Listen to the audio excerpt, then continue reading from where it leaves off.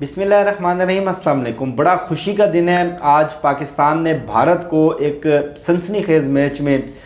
شکست سے دوچار کیا ہے۔ پوری قوم جشن منا رہی ہے، جشن منانا بنتا بھی ہے۔ اور ویسے بھی سیلاب نے پاکستان کے اندر تباہی مچائی ہوئی ہے، لاکھوں کروڑوں لوگ بے گھر ہو چکے ہیں، معیشت اور زراعت تباہ ہو چکی ہے، لیکن اس کے باوجود یہ ایسی زندہ دل قوم ہے کہ جہاں خوشی کا چھوٹا سا لمحہ بھی سامنے آتا ہے تو انجوائے کرتے ہیں، سیلیبریٹ کرتے ہیں۔ اور اس وقت پوری قوم بھارت کے خلاف جو پاکستان کی کرکٹ ٹیم کو جیت حاصل ہوئی ہے اس کی خوشیاں منا رہی ہے، جشن منا رہی ہے۔ میرے پاس بھی کچھ دو چار ایسی خبریں ہیں جو آپ کو خوش کر دیں گی۔ امپورٹڈ حکومت چند دنوں کی، زیادہ سے زیادہ چند ہفتوں کی مہمان فیصلہ ہو گیا کہ حکومت کب گھر جا رہی ہے اور آئندہ عام انتخابات کب ہوں گے۔ لیکن اس سے پہلے آج یعنی کہ گزرا ہوا کل خان صاحب نے فیصل آباد کے اندر ایک جلسہ کیا اور بڑی لاکھوں کی تعداد میں عوام تھی۔ یہ تو خان صاحب کی خوبصورتی ہے اور عوام کی محبت ہے کہ اتنی بڑی تعداد میں عوام ان کے جلسوں میں باہر نکلتی ہے، اور جس طرح ان کے خلاف عورت کارڈ، مذہب کارڈ، یہودی کارڈ اور غداری کارڈ، دہشت گرد کارڈ، تاش کے پتوں کے 52 کارڈ استعمال کیے جاتے ہیں، تو اسی طرح خان صاحب بھی ریبٹل دیتے ہیں۔ وہ سارا ریبٹل دیا، لیکن ان کی سپیچ کا جو آخری پورشن تھا، 4-5 جملے، وہ ایسے سمجھ لیں کہ خان صاحب نے اپنا سب سے خطرناک کارڈ کھیل دیا ہے، سب سے آخری فائنل کارڈ کھیل دیا ہے۔ آرمی چیف کی اپوائنٹمنٹ کے حوالے سے انہوں نے بات کی کہ قوم کو پتہ ہے اور معلوم ہونا چاہیے کہ نومبر کے اندر اگلے آرمی چیف کی تعیناتی ہونی ہے، اور ان چوروں کے ٹبر کا، علی بابا 40 چور کے ٹولے کا، ان کا پورا منصوبہ، ان کی پوری پلاننگ اور پوری کوشش یہ ہے کہ اپنی مرضی کا کوئی آرمی چیف لایا جائے، کیونکہ مرضی کا بندہ لائیں گے تو ہماری کوئی جان بخشی ہو سکتی ہے۔ ادروائز اگر کوئی محب وطن اور کوئی ایماندار آرمی چیف آ گیا تو ان کو ڈر ہے کہ وہ تو ہمیں نہیں چھوڑے گا، کیونکہ جس طرح انہوں نے کھانچے لگائے ہیں، جس طرح کروڑوں اربوں کی کرپشن کی ہے، قومی خزانے کو لوٹا ہے، کبھی پاپڑ والے کے اکاؤنٹ سے پیسے نکل رہے ہیں، کبھی چپڑاسی کے اکاؤنٹ سے پیسے نکل رہے ہیں، فلودے والے کے اکاؤنٹ سے پیسے نکل رہے ہیں۔ اس کے بعد ایک لٹ لے کر سارے کے سارے خان صاحب کے پیچھے پڑ گئے۔ ویسے دیکھا جائے ٹیکنیکلی، آئینی قانونی طور پر حکومت کا، وزیر اعظم کا استحقاق ہوتا ہے، چاہے کوئی کالا چور بھی وزارت عظمیٰ کے منصب پر بیٹھا ہو، کہ اگلا آرمی چیف اس نے کس کو اپوائنٹ کرنا ہے۔ ضابطے کے مطابق 3-4 نام بھیجے جاتے ہیں، اور جو 3 سٹار جنرلز کے نام اگلے آرمی چیف کے لیے بھیجے جاتے ہیں، لازمی بات ہے کہ وہ محب وطن بھی ہوتے ہیں، وہ ایماندار بھی ہوتے ہیں، لیکن ایمانداری اور حب الوطنی اور ان ساری چیزوں کا ایک اپروچ کا تھوڑا سا فرق ہوتا ہے۔ میں ایک چھوٹی سی اگزامپل دوں گا، اس کے بعد میں اصل خبر پر آؤں گا۔ ضیاء اللہ ڈکٹیٹر تھا اور تمام تر اختیارات اس کے ہاتھ میں تھے، اس کے سامنے کوئی بندہ چوں بھی نہیں کر سکتا تھا، ایک پتہ بھی نہیں ہلتا تھا، اور مارشل لا لگایا، ذوالفقار علی بھٹو کو اس نے پھانسی چڑھایا۔ ضیاء الحق فضائی حادثے میں ہلاک ہوا، اس کے بعد اسلم بیگ صاحب آرمی چیف بنے۔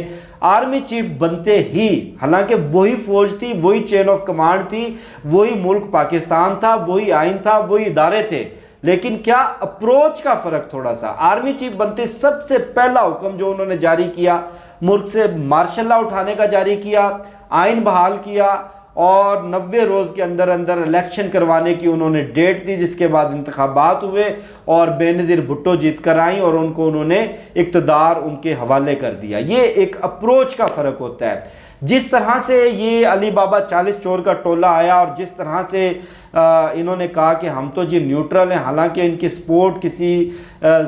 ذات کے لیے، کسی شخصیت کے لیے، عمران خان کے لیے نہیں، حکومت وقت کے لیے تھی، اس وقت کی رجیم کے لیے تھی، لیکن اس پورے آپ کہہ لیں کہ رجیم چینج کے پروسیس میں چلیں ان کا کوئی کردار نہیں تھا، اسٹیبلشمنٹ کا کوئی کردار نہیں تھا، لیکن نیوٹرل رہ کر اپنی سپورٹ ہٹا کر بھی آپ کہہ لیں کہ کسی نہ کسی حد تک کردار رہا ہے۔ 12 نومبر میں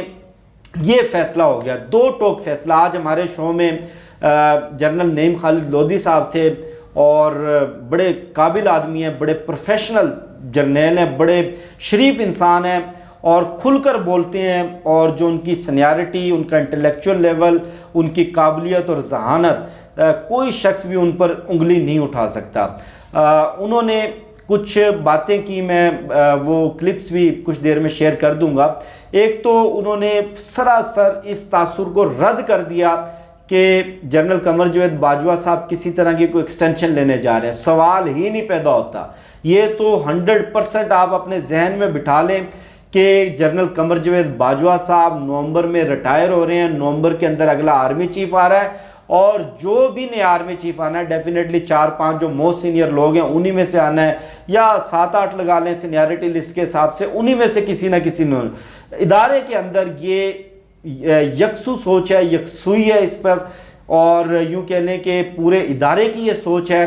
کہ اس کیوس کو، اس پولیٹیکل انسٹیبلٹی کو ختم ہونا چاہیے، اور اس کو ختم کرنے کے لیے کچھ بیک ڈور رابطے بھی چل رہے ہیں، کچھ بیک ڈور بات چیت بھی چل رہی ہے، اور تحریک انصاف سے بھی رابطے کیے جا رہے ہیں، تحریک انصاف کے اپنے لوگ بھی رابطوں میں ہیں۔ اور اس کے ساتھ ساتھ ایک اور چیز عمران خان صاحب نے کل کے جلسے میں کی تھی کہ میں بہت جلد اسلام آباد کی کال دوں گا، اور آپ لوگوں نے تیار رہنا ہے۔ اسلام آباد کی کال وہ کب دینے جا رہے ہیں یہ بھی ڈیٹ فائنل ہوگی۔ 29 ستمبر کو عمران خان صاحب اسلام آباد لانگ مارچ کی کال دینے جا رہے ہیں، اور 29 ستمبر سے لے کر اکتوبر کا پورا مہینہ، یہ جو پورا 4 ہفتوں کا جو ایک بیچ میں گیپ ہے، اس دوران اس حکومت کا، موجودہ حکومت کا، امپورٹڈ حکومت کا جو مستقبل ہے وہ بہت حد تک ڈاواڈول ہے، اور تمام اداروں کی طرف سے، اسٹیبلشمنٹ کی طرف سے واضح طور پر پیغام دے دیا گیا ہے